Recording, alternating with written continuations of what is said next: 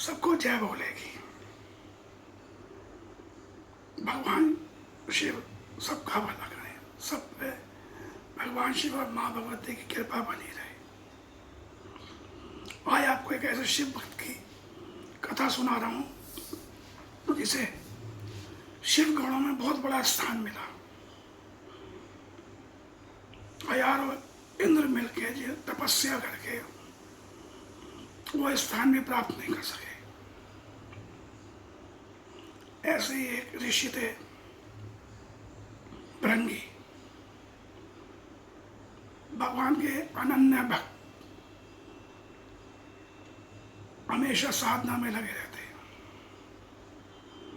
तपस्या करते रहते। जब उन्होंने भगवान की शिव की पूजा करी थी, आरंभ उस समय माता पार्वती या आदि शक्ति उनके साथ नहीं थी। उस टाइम भगवान शिव अविवाहित थे। वैसे माँ भगवती उनके साथ हमेशा रहती है, आदि शक्ति, परंतु जो विधि भगवान शिव ने निर्धारित की थी उसके अनुसार, क्योंकि माँ सती का दाह हो चुका था उस टाइम में। अब भगवान शिव को उन्होंने अकेला देखा, इसलिए उन्होंने ब्रह्मचार्य व्रत का पालन किया। आजीवन भगवान शिव की तरह ब्रह्मचार्य में रहे। उन्हें भगवान शिव ने कैलाश पे आने की अनुमति दे रखी थी। वो जब मर्जी कैलाश पे आ जा सकते थे। अब होता क्या है, बहुत दिन साधना करते हुए हो गए, उनका मन करा आज महादेव की परिक्रमा कैलाश पे ही की जाए। जब वहां पहुंचे तो क्या देखते हैं, भगवान शिव के वाम अंग पे जंघा पे माँ आदि शक्ति विराजमान है। अब उन्होंने कहा भाई आप हट जाओ, मुझे भगवान शिव की परिक्रमा करनी है, क्योंकि वो भगवान शिव को बर्दाश्त नहीं कर सकते थे किसी के साथ, स्त्री के साथ, क्यों उन्होंने उनका ब्रह्मचर्य स्वरूप देखा था। अब माता ने उन्हें बहुत तरीके समझाया, ऐसा नहीं है, मैं और शिव एक हैं, और जो शिव है वही मैं हूँ वो शिव है।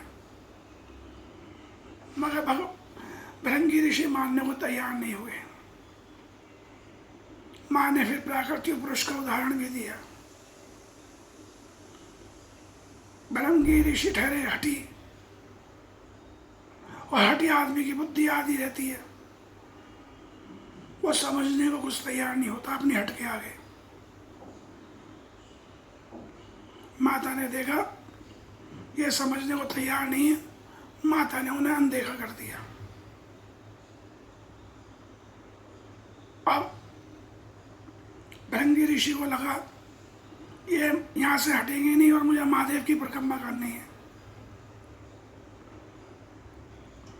तो उन्होंने एक सर्प का रूप धारण किया और भगवान के गले की परिक्रमा करने की कोशिश करने लगे। इससे भोलेनाथ का ध्यान भंग हो गया, उन्हें बड़ा क्रोध आया। अब उन्होंने भक्त को कुछ कहा तो नहीं। उसी समय उन्होंने अर्धनारीश्वर स्वरूप धारण कर लिया, अर्थात माँ आदि शक्ति शिव में समाहित हो गई। अब आधा शरीर स्त्री का, आधा शरीर पुरुष का हो गया। पहली बार सृष्टि की रचना के बाद, सृष्टि आरंभ के बाद भोलेनाथ ने माँ के साथ अर्धनारीश्वर स्वरूप धारण किया था। सारे देवता बड़े खुश हुए। पूरे संसार में अर्धनारीश्वर स्वरूप की ज्योति फैल गई। मगर भिरंगी ऋषि जो थे, अब भिरंगी ऋषि जो थे अपनी हट छोड़ने को तैयार नहीं थे।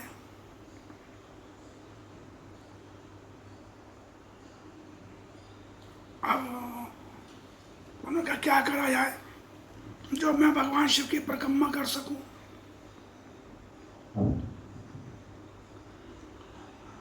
उन्होंने कहा अच्छा। उन्होंने एक चूहे का रूप धारण किया।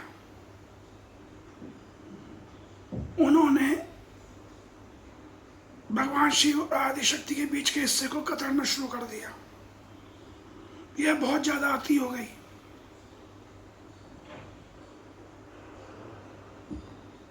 मां आदिशक्ति को क्रोध आ गया।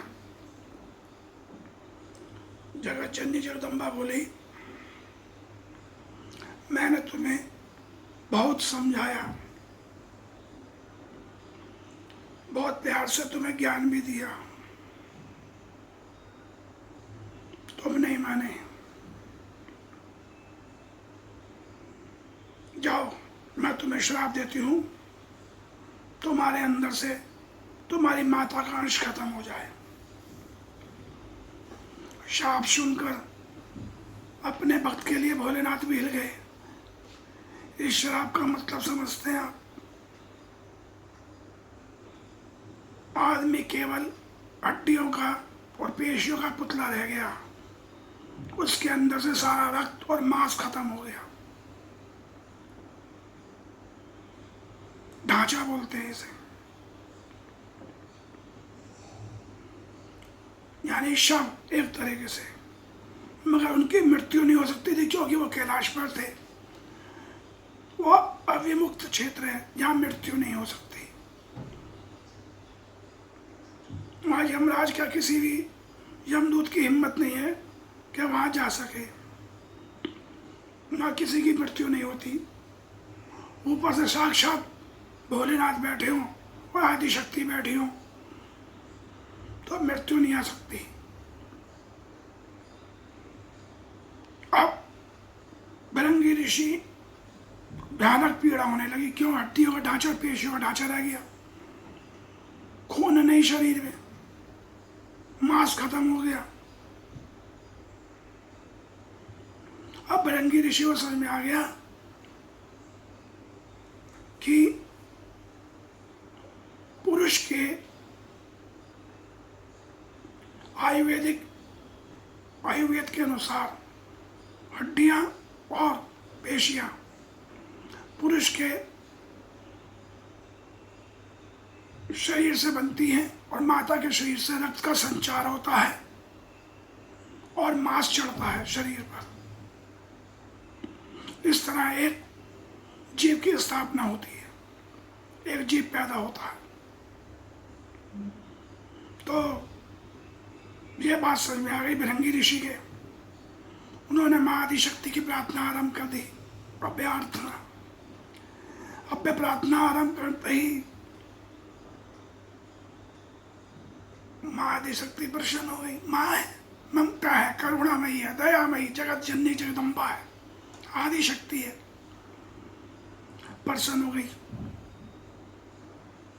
उन्होंने कहा, उन्होंने उनके कष्ट दूर कर दिया, पीड़ा दूर कर दी। पीड़ा कम होते ही भिरंगी ऋषि ने माँ को प्रणाम किया।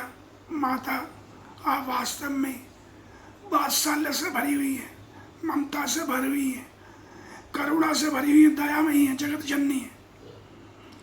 मुझसे गलती हो गई। अब परमपिता भोले बाबा से भी बहुत माफी मांगी उन्होंने। तो मां आदिशक्ति अपना श्राप वापस लेने की तैयारी करने लगी।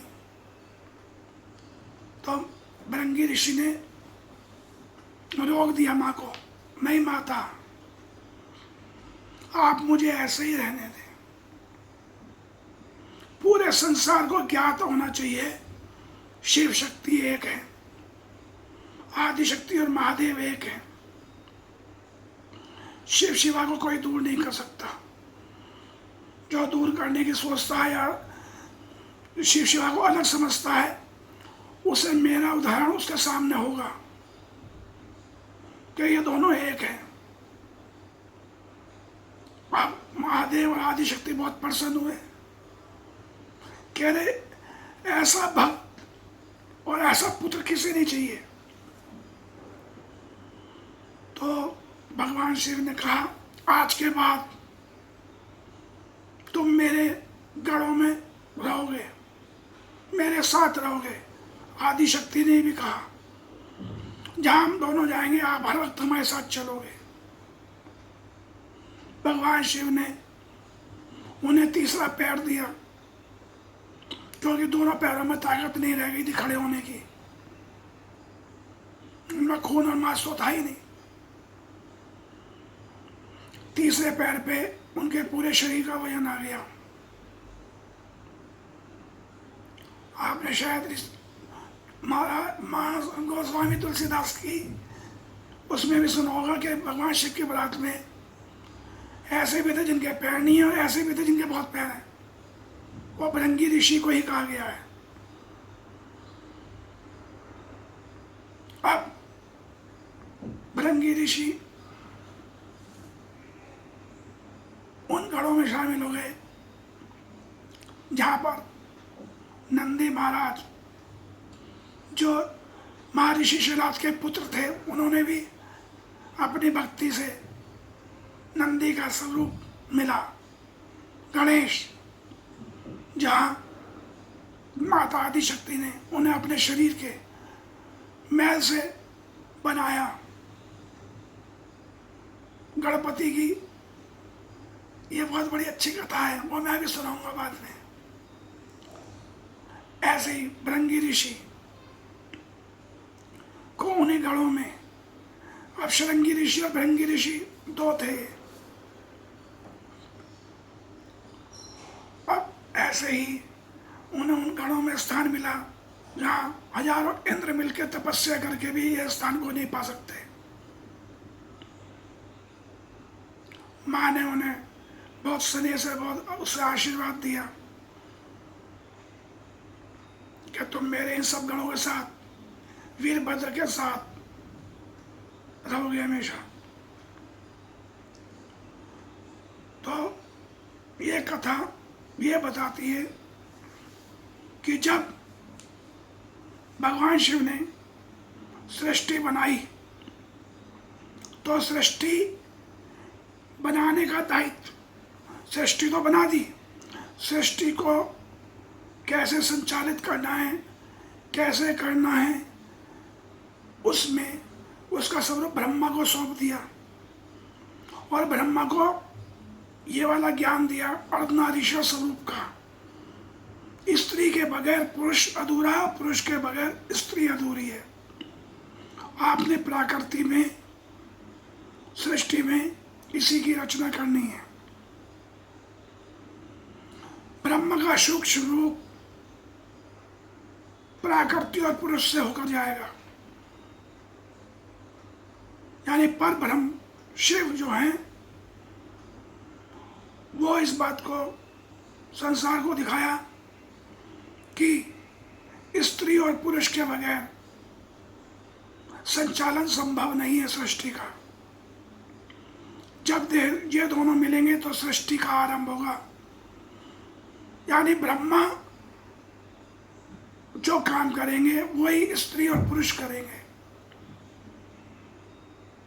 ब्रह्मा अपनी शक्ति से उत्पन्न करेंगे, स्त्री पुरुष दोनों मिलकर अपनी शक्ति से अपनी संतान उत्पन्न करेंगे। इसलिए स्त्री को प्रकृति भी कहा गया है और पुरुष है ही। भगवान विष्णु को पूरे संसार चलाने का दायित्व सौंपा गया। और जब इन दोनों से पूरा संसार नहीं संभलेगा, जब अति की यानी हर चीज की अति हो जाएगी, दुष्टाचार, व्यभिचार, परपंच और समाज भ्रष्ट हो जाएगा, तब भगवान शिव संहार करेंगे, संहार करेंगे रुद्र रूप में। तो इस तरह भृंगी ऋषि के माध्यम से संसार को यह संदेश दिया गया, कोई भी भगवान शिव को अलग ना समझे। माँ आदि शक्ति पार्वती उनके साथ हमेशा रहती हैं, हमेशा हमेशा रहेंगी। उनके बगैर भगवान शिव अधूरे हैं और माँ आदि शक्ति भगवान शिव के बगैर अधूरी हैं। जो इन्हें अलग अलग समझता है वो पाप का भागी रहेगा। तो ये कथा बहुत प्यारी है, बहुत सुंदर है। अब इसका दूसरा अंश भी है, वो मैं आपको बाद में सुनाऊंगा। आप सभी को जय भोले की, हर हर महादेव। शिव और शिवा इसीलिए कहा गया है, अर्धनारीश्वर स्वरूप मेरे महादेव, महाकाल का, महारुद्र, माँ काली, माँ लक्ष्मी, माँ सरस्वती, ये स्वरूप है। स्त्री का सम्मान कीजिए, लेकिन जब स्त्री अपनी सीमा लांघे तो भगवान शिव ने उस पर भी रोक लगाई थी। नहीं तो वो अधोगति यानी नरक की प्राप्ति करती है, घर का नाश करती है। अगर वो परिवार चलाने वाली है, पार्वती स्वरूपा है, अन्नपूर्णा है, तो गरीब से गरीब घर में भी रह के वो अपना परिवार चला सकती है। इसलिए हर स्त्री में आदि शक्ति बसती है, हर पुरुष में शिव बसते हैं, हर स्त्री और पुरुष में शिव बसते हैं। शिव शक्ति दोनों हैं। कैसे हैं ये भी बाद में बताऊंगा। तो आप सबको मेरा नमस्कार। मेरा चैनल सब्सक्राइब करें, लाइक करें और मेरी वीडियो शेयर कीजिए। आपका आशीर्वाद मेरे पे बना रहना चाहिए। हर हर महादेव, जय भोले की। भगवान शिव के भृंगी को अर्धनारीश्वर स्वरूप दिखाने के कारण शिव शक्ति के विवाह की व्यवस्था करनी पड़ी। सृष्टि के आरंभ का सबसे पहला विवाह शिव पार्वती का माना गया। इसलिए हर शादी में शिव पार्वती का विवाह पढ़ा जाता है। जगदम्बा और शिव, इन दोनों की व्यवस्था की गई। शादी के हमारे यहाँ विवाह की व्यवस्था भगवान शिव से प्रारंभ होती है। तो ये एक संदेश है, समाज स्त्री पुरुष के बगैर नहीं बन सकता। दोनों की हिस्सेदारी बराबर की होती है। और माँ सबसे पहले गुरु होती है, उसके बाद उसका गुरु पिता होता है। माँ सिखाती है किससे कैसे बात करनी है, कैसे रहना है, कैसे वस्त्र पहनने हैं, खाने की कैसे व्यवस्था है, क्या करना, कैसे खाना चाहिए, कैसे नहीं खाना चाहिए। पिता घर चलाने की व्यवस्था कैसे की जाए, धन, समाज में प्रतिष्ठा, पद, इन सब का ज्ञान पिता देता है। कष्टों को सहन करने की शक्ति होनी चाहिए। धन अर्जन करने में, कमाने में, उसकी भी तरीका पिता ही समझाता है। पिता संतान को वहां तक दिखाता है, यहां तक वो खुद नहीं देख सकता। दूरदृष्टि, महत्वाकांक्षी पिता बनाता है। माता सहृदय, उसके अंदर ममता, करुणा, दया भरती है। तब जाके एक संतान अपने अच्छे स्वरूप में आती है। इसलिए अपने माँ बापों की सेवा कीजिए। याद रखिए, उन्होंने आपको जब पैदा किया, उत्पन्न किया, अपने पेट में रखा, उसका एक एक कष्ट, और उस टाइम पिता की भागा दौड़ी, चाहे वो व्याध तक हो या अस्पताल तक हो या पत्नी के दर्द तक हो, उसकी देखभाल करना, उसका तुम कर्ज नहीं उतार सकते। आज की संतान कह देती है, हमने इतना कमा कर दे दिया। अरे भैया, तुम्हें इतना बड़ा करने में जितना उसका धन, उसका जीवन, उसका एक एक पल लग गया है, उसका हिसाब दे, तब पता लगेगा। क्या एक संतान उत्पन्न करके पढ़ा लिखा के कहना उससे, अब हमारा तेरे से वास्ते नहीं, तू हमारे लिए कुछ मत करियो, और तुम्हारे पास कुछ भी ना बचे देने अपने पास, अपने रखने के लिए। तब सोचो तुम्हारे माँ बाप ने तुम्हारे लिए क्या किया था। निस्वार्थ, कोई लालच नहीं। आज तुम माता पिता को बचाते हो, तुम्हारा लालच है। तो इसलिए अपने माता पिता के का ध्यान रखें, नहीं तो नरक के वासी बनते ही ऐसी औलाद, ऐसी संतान है। हर हर महादेव।